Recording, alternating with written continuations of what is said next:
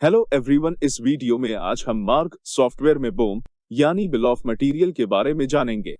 Bill of material को basically manufacturing या product को असेंबल करने के लिए यूज किया जाता है। मैन्युफैक्चरिंग का मतलब है कि किसी भी फिनिश प्रोडक्ट को बनाने के लिए कौन सा रॉ मटेरियल लगेगा, कितनी क्वांटिटी में लगेगा, कितनी कॉस्ट लगेगी, एटसेट्रा। वो सब आप बिल ऑफ मटेरियल के थ्रू आसानी से पता लगा सकते हैं।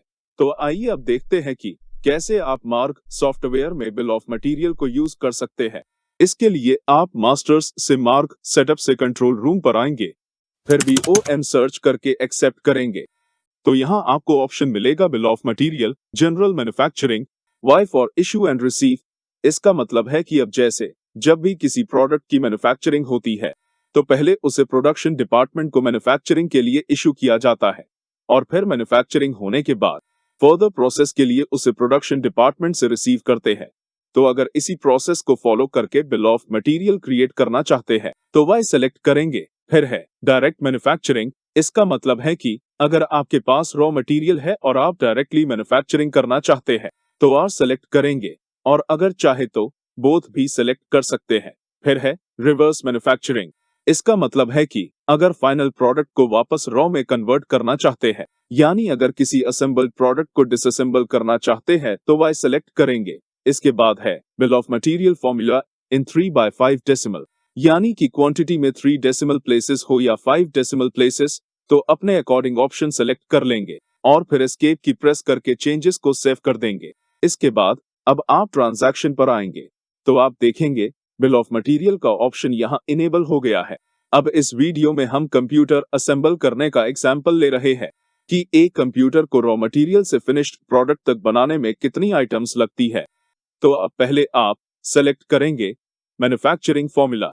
फिर अब जिस प्रोडक्ट को असेंबल करना है, मींस जो फाइनलाइज्ड प्रोडक्ट है जिसकी मैन्युफैक्चरिंग करनी है, उसे यहां से सेलेक्ट कर लेंगे। तो जैसे कंप्यूटर सेलेक्ट करते हैं और बैच साइज मेंशन करेंगे, इसका मतलब है कि आप कितनी आइटम का मैन्युफैक्चरिंग फॉर्मूला बना रहे हैं। तो जैसे हमें एक पीस बनाना है तो यहाँ 1 मेंशन करते हैं, और इसका मतलब है कि एक पीस बनाने में कितनी कॉस्ट आएगी वो कैलकुलेट होकर आ जाएगा। एंटर की प्रेस करते हैं और अब आपको यहाँ बताना है कि कंप्यूटर बनाने के लिए कौन कौन से कंपोनेंट यूज कर रहे हैं। लाइक ग्राफिक कार्ड यूज कर रहे हैं और क्वांटिटी मेंशन करते हैं 1। अगर आप चाहे तो यहाँ क्वांटिटी अपने अकॉर्डिंग भी मेंशन कर सकते हैं। फिर आप देखेंगे कि यहाँ स्टॉक में L दिखा रहा है। L का मतलब है कि ये आइटम इन्वेंट्री में से लेस हो जाएगी। इसके बाद अब नेक्स्ट कंपोनेंट सेलेक्ट करेंगे कि कंप्यूटर का एक पीस बनाने में एक हार्ड डिस्क लगती है, एक प्रोसेसर लगता है, एक कीबोर्ड लगता है। तो इस तरह से आप कंपोनेंट या मटेरियल सेलेक्ट कर लेंगे। फिर नीचे आप यहाँ टोटल आइटम्स क्वांटिटी देख सकते हैं और साथ ही कॉस्ट देख सकते हैं कि एक कंप्यूटर को बनाने में 4710 की कॉस्ट आएगी। अब एस्केप की प्रेस करते हुए बाहर आ जाएंगे। तो इस तरह से अब मैन्युफैक्चरिंग फॉर्मूला रेडी हो गया है। इसके बाद अब हम रॉ मटेरियल या कंपोनेंट्स को प्रोडक्शन डिपार्टमेंट को इश्यू करेंगे। इसके लिए बिल ऑफ मटेरियल से इश्यू पर आएंगे, प्रोडक्शन डिपार्टमेंट का लेजर सेलेक्ट करेंगे, और ये लेजर ऑलरेडी हमने क्रिएट किया हुआ है और इसे आप सन्ड्री क्रेडिटर्स मैन्युफैक्चरर के अंडर क्रिएट कर लेंगे। और अब आप यहाँ प्रोडक्ट प्रोडक्शन डिपार्टमेंट को इश्यू करेंगे। हम यहाँ ग्राफिक कार्ड की 5 क्वांटिटी इश्यू करते हैं, 5 हार्ड डिस्क इश्यू करते हैं, इसी तरह 5 प्रोसेसर इश्यू करते हैं। तो अब हमें जो रॉ मटेरियल प्रोडक्शन डिपार्टमेंट को इश्यू करना है वो प्रोडक्ट्स हमने यहाँ सेलेक्ट कर लिए हैं। अब टैब की प्रेस करके सेव करते हैं। तो अब हमने प्रोडक्शन डिपार्टमेंट को रॉ मटेरियल इश्यू कर दिया है। इसके बाद सपोज आपको देखना है कि आपने प्रोडक्शन डिपार्टमेंट को प्रोडक्शन के लिए कितना मटेरियल दिया हुआ है, तो इसके लिए आप बिल ऑफ मटेरियल से पेंडिंग एंड रजिस्टर्स पर आएंगे। आप देखेंगे यहाँ दिखा रहा है कि प्रोडक्शन डिपार्टमेंट के पास करंटली 23,550 की कॉस्ट का मटेरियल है। इस पर एंटर प्रेस करते हैं तो यहाँ दिखा देगा किस आइटम की कितनी क्वांटिटी है और उसकी कॉस्ट क्या है। इसके बाद अब जब production department raw material assemble कर देते हैं तो उन असेंबल्ड प्रोडक्ट या फिनिश्ड प्रोडक्ट को अब हम प्रोडक्शन डिपार्टमेंट से रिसीव करेंगे। इसके लिए बिल ऑफ मटेरियल से रिसीट पर आएंगे, लेजर सेलेक्ट करेंगे, प्रोडक्शन डिपार्टमेंट, फिर फाइनल प्रोडक्ट सेलेक्ट करेंगे, कंप्यूटर, फिर क्वांटिटी मेंशन करेंगे, जितनी क्वांटिटी रिसीव कर रहे हैं। फिर आपको यहाँ दिखा रहा है कि इस रॉ मटेरियल की 3 क्वांटिटी स्टॉक से लेस हो जाएगी। अब एस्केप की प्रेस करेंगे और सेव कर लेंगे। इसके बाद अगर आप फिर से देखना चाहते हैं कि प्रोडक्शन डिपार्टमेंट के पास कितना रॉ मटेरियल पेंडिंग है, तो अगेन आप पेंडिंग एंड रजिस्टर्स पर आएंगे तो यहाँ आप देख सकते हैं 9420 इतना रॉ मटेरियल प्रोडक्शन डिपार्टमेंट के पास पेंडिंग है। तो इस तरह अभी आपने देखा कि फाइनल प्रोडक्ट बनाने के लिए पहले रॉ मटेरियल प्रोडक्शन डिपार्टमेंट को इशू करते हैं, फिर प्रोडक्ट असेंबल होने के बाद रिसीव करते हैं। लेकिन अगर आप directly final product production department से रिसीव करना चाहते हैं तो आप बिल ऑफ मटेरियल से डायरेक्ट रिसीट पर आएंगे, लेजर सेलेक्ट करेंगे, प्रोडक्शन डिपार्टमेंट और यहाँ डायरेक्टली फिनिश्ड आइटम को सेलेक्ट करते हैं। सपोज अब हम यहाँ कंप्यूटर की 2 क्वांटिटी डायरेक्ट रिसीव करते हैं, एंटर प्रेस करते हैं तो आप देखेंगे जितनी क्वांटिटी मेंशन की है उसके अकॉर्डिंग यहाँ स्टॉक लेस होकर शो हो गया है। अब टैब की प्रेस करके इसे सेव कर लेंगे।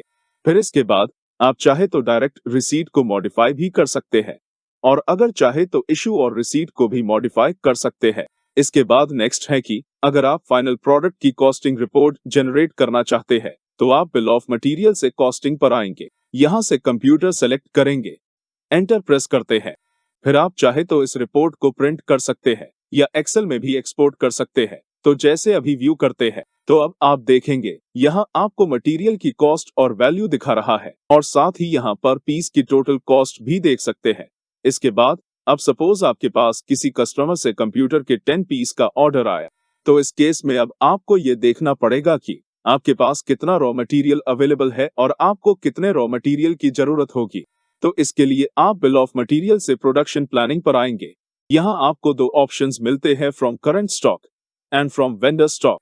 तो पहले यहाँ फ्रॉम करंट स्टॉक सेलेक्ट करते हैं, देन प्रोडक्ट सेलेक्ट करते हैं जिसकी प्रोडक्शन प्लानिंग करनी है। हम यहाँ कंप्यूटर सेलेक्ट करते हैं, फिर क्वांटिटी मेंशन करते हैं 60 कि हमें 60 यूनिट बनानी है। अब एस्केप की प्रेस करते हैं और व्यू करते हैं। आप चाहे तो प्रोडक्शन प्लानिंग को एक्सेल में भी एक्सपोर्ट कर सकते हैं। अभी व्यू करते हैं तो आप देखेंगे सॉफ्टवेयर ने आपको कंप्यूटर की पूरी प्रोडक्शन प्लानिंग करके शो कर दी है। यहाँ आपको शो हो रहा है करंटली आपके स्टॉक में किस आइटम की कितनी क्वांटिटी है, कितनी यूनिट की प्रोडक्शन करनी है और कितनी क्वांटिटी परचेज करने की रिक्वायरमेंट है।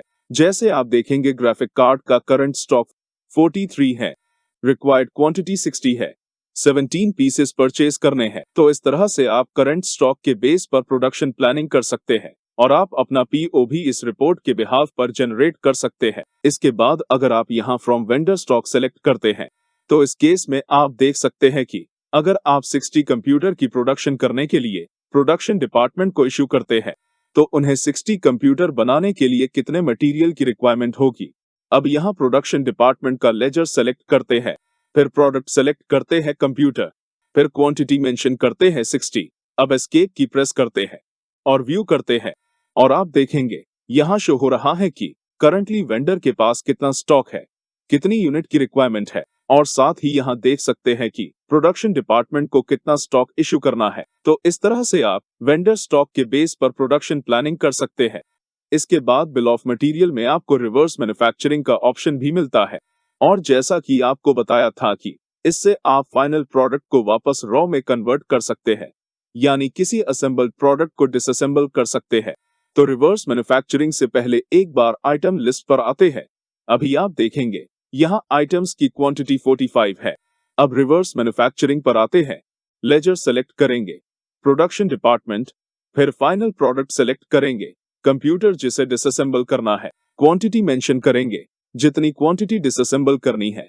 इसके बाद आपको शो हो जाएगा कि कितनी क्वांटिटी स्टॉक से लेस हो रही है और अब बिल को सेव कर देंगे। इसके बाद आइटम लिस्ट पर आते हैं तो आप देखेंगे कि अब यहाँ आइटम्स की क्वांटिटी बढ़ गई है क्योंकि कंप्यूटर डिसअसेंबल करने के बाद सारी आइटम स्टॉक में फिर से ऐड हो गई है। तो इस तरह दोस्तों इस वीडियो में आपने मार्क सॉफ्टवेयर में बिल ऑफ मटेरियल को इम्प्लीमेंट करना सीखा। Thanks for watching.